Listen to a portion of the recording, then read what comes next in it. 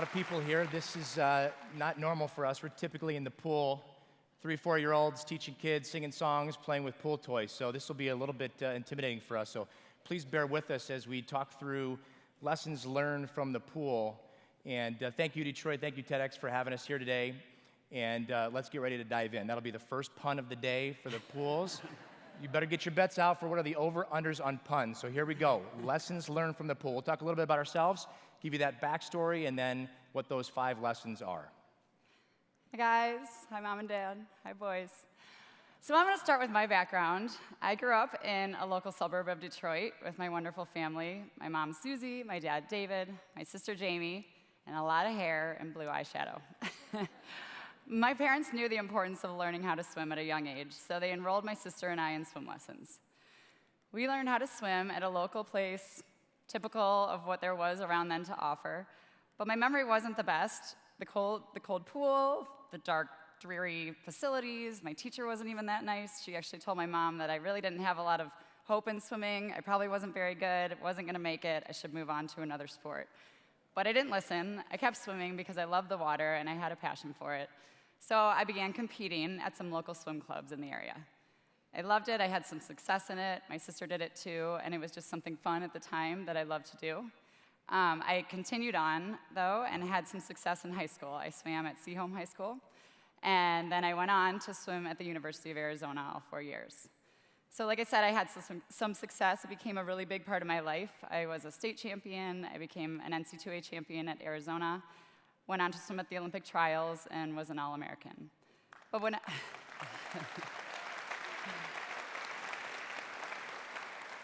Thank you.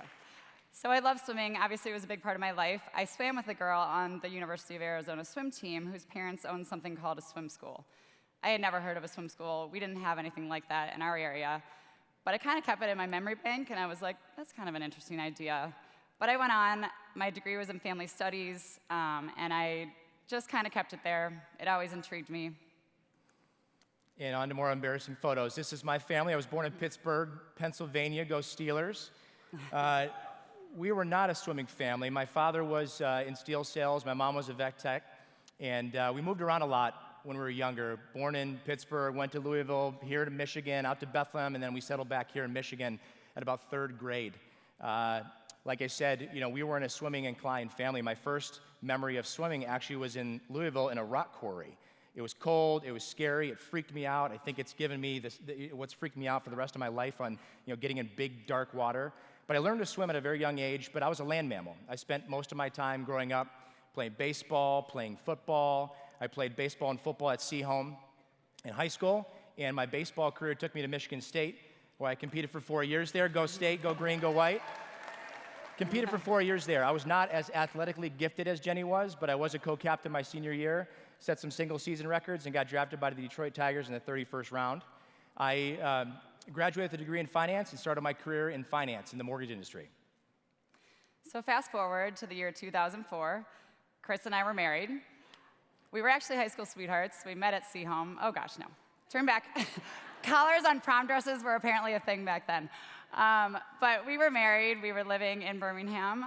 He was working in finance, and I was working at a local a local preschool. I loved what I was doing. I loved working with kids. That was my passion. But I started to miss being around the pool. I started to miss swimming. That was my life for so long, and I wanted to get back into it. So I took a job at a local swim club in the summer and started coaching. And I would coach during the mornings, and I would teach lessons during the afternoons to the kids on the swim team, as well as their siblings. And the days were flying by. I was having so much fun. I had never taught lessons before, but it was just awesome. And I could see the progress from a kid not knowing how to swim all of a sudden to maybe becoming one of the swim team members, and it was just a great feeling. And so the wheels started turning again because my days were filling up. I had waiting lists for swim lessons. I had parents calling me, we need my kid to get into your lessons. And so I was like, gosh, I could actually make a business out of this. And it brought me back to my memory of my friend in Arizona whose parents owned the swim school. So I came running home one day to Chris, and I was like, I have the perfect idea. We're gonna build a pool in our backyard. I'm gonna start a swim school, and this is gonna be what we do. And that was our house.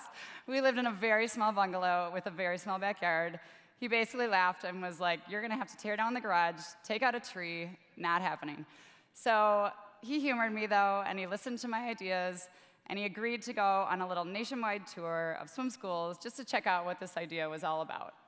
So like Jenny said, like every good husband should do, you humor your wife. And so when I was working, I took every vacation day I could. We traveled the country, Illinois, Minnesota, Wisconsin, Arizona, California. We sat for a year traveling the country to see what this concept was all about. We spent another year putting our business plan together, writing it, rewriting it, writing it again. What did we think these banks needed to see? What did it need to sound like for them to believe in something that we wanted to do so bad?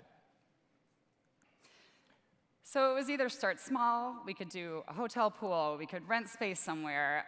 We were coming up with all these ideas because at the time we had no idea what we were doing. But I just had this gut feeling that if we started small in a hotel pool, it wasn't going to have the same effect. It wasn't the same dream that I had in my mind.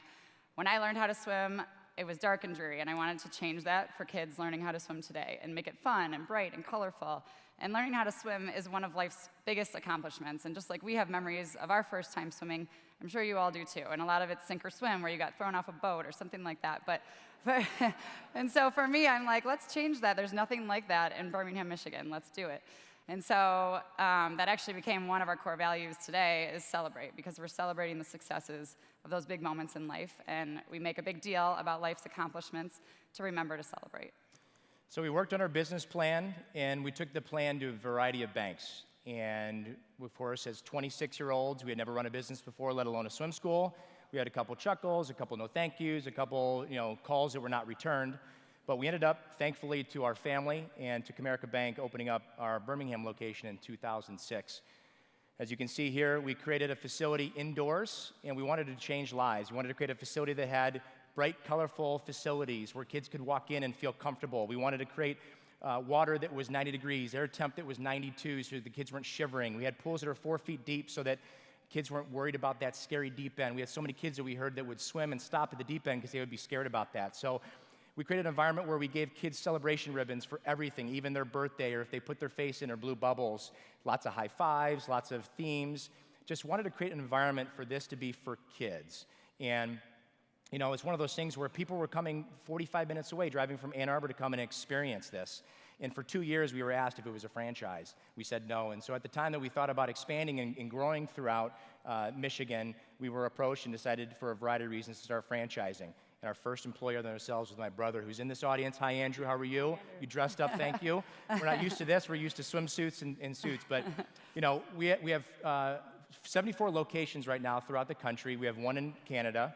We have over 5,000 employees system-wide. And right now, we teach over 100,000 children how to swim every single week throughout our system.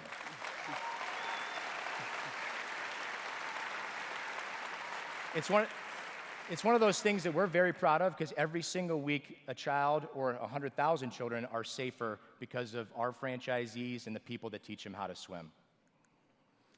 So here are the states that we have throughout the country that we're in Ontario, Canada. We teach water safety presentations. So we teach how to survive and what to do in series of events outside of the water as well, so it doesn't just happen within the water. Around the country, we have schools that go out and teach at local schools, preschools, elementary schools, about the importance of water safety awareness. We have 4 boys, Charlie, Jack, Brody, and Reed right there. Look at those little cute faces. And we have a furry dog by the name of Bella, who also likes the Detroit Tigers as well. Yeah. So here we are to talk about our lessons. What are the lessons learned from the pool? All right, so lesson number 1, do what you're passionate about, and it won't feel like you're working. So for me, my job was swimming. I loved swimming. That was what I did my whole life, and I was passionate about doing that. And so waking up every day wasn't a challenge to me. And when we got into this business, I actually learned a lot more about the statistics. We didn't have kids at the time when we opened it, but learning about the statistics, it's frightening. It's the leading cause of unintentional death for children under 4, and the second leading cause of unintentional death for children 10 and under.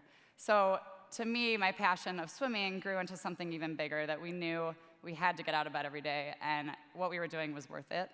So Chris, his passion was business, and he loved business. He would read books every day. He would listen to, speakers, and he was just interested in how businesses worked. And so when we got up every day, we felt like we weren't working. So Steve Jobs, I think, said it really well. Your work is going to fill a large part of your life, and the only way to be truly satisfied is to do what you believe is great work. And the only way to do great work is to love what you do. And they say 1/3 of your life is spent working, so why not spend that doing something that you love? Lesson number 2, woo to that. I like it. Find a need and fill it. So for us, we saw a lack of learn to swim facilities that were defined around the swim lesson. We went to places that had weightlifting and aerobics and everything else going on, but we wanted to focus on something that was just learn to swim. We talk about awesome sauce. What's your secret recipe? For us, we have a business where you're not going to lose it to manufacturing overseas. You're not going to lose it to being sold on the internet. It's one of those where we talk a lot about the Amazon effect, and we're hoping that he's not going to build some robots that teach lessons in the water. But it's one of those things where there's sustainability around what we do. We love it. Kids are born every day. Every child, all the parents that we talk to say that their children need to learn how to swim, and that's a requirement in the sports world. And so it's one of those things that, find something that fills a need, or what are people not doing well of now, and tackle it and go after it. Lesson number 3, you don't have to know it all before you start. I'm kind of pinching myself that I'm up here because I still feel like I don't know what I'm doing sometimes, and it's kind of crazy that we're up here even talking to you guys. But honestly, I think you sometimes just have to take that first step and just go for it, because we were so scared. We were so young. We had no idea what we were doing. We had never run a business before, but we had a passion for what we were doing, and we had to take that first step to make it happen. So I think if we had started in a hotel pool, it wouldn't have had the same effect, like I said. So I was listening to a podcast the other day, and it really rang true. Instead of waiting for fear to subside, I have made it my friend. Because when you've got a vision, you don't have time to wait around for your fears to vanish before you start moving. So that really rang true to me, because everybody has fears. Everybody has concerns or issues with taking that first step, but it's worth it in the end. And like Dr. Martin Luther King, faith is taking that first step even when you don't see that staircase.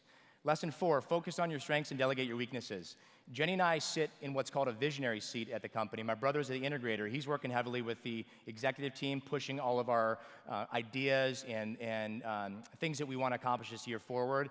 We sit and work with the franchisees and big ideas and big relationships, and we work really well together because that's something that is a strength of us. And we delegate what is not a strength of us to our executives, who are really, really good at what they do. We talk about focus on your strengths. One could become mediocre when he or she focuses on weaknesses, but focusing on strengths can take people to excellence, and we really, really believe that in what we do. You can do what I cannot do, I can do what you cannot do, and together we can do great things together, and that's really our methodology and our thought process at the franchise company. Lesson number 5, there is no substitute for hard work. And I know we all know this, but I think sometimes you just have to get your hands dirty and do whatever it takes to make it work. When we first opened, we were working 24/7, 7 days at work, 7 days a week. We worked every job. I answered phones. He cleaned bathrooms. We were teaching lessons and doing things that we weren't necessarily comfortable with, but we just had to do what we had to do to keep the business afloat, pun number 2. And we actually have that last sign hanging in our house, because I really, truly believe that dreams don't work unless you do. So we had this dream, but we had to put in the hard work to make it happen. Right in front of the treadmill, too, and I'm like, oh, I know, I get it. So I have this memory of our first day that we opened, and we stayed up till 2 a.m. in the morning scrubbing the floors because we wanted the facility to be clean for the next day. We just couldn't fit it all in. My parents were with us, our parents were. We were all on our hands and knees. It was crazy, but it's a memory that I'll always hold dear to my heart, because I think that's such a motto of ours, is we want to give that golden experience to our customers, and we're going to work hard to do that. And so we made that one of our core values as well, go above and beyond with every detail to create a golden experience.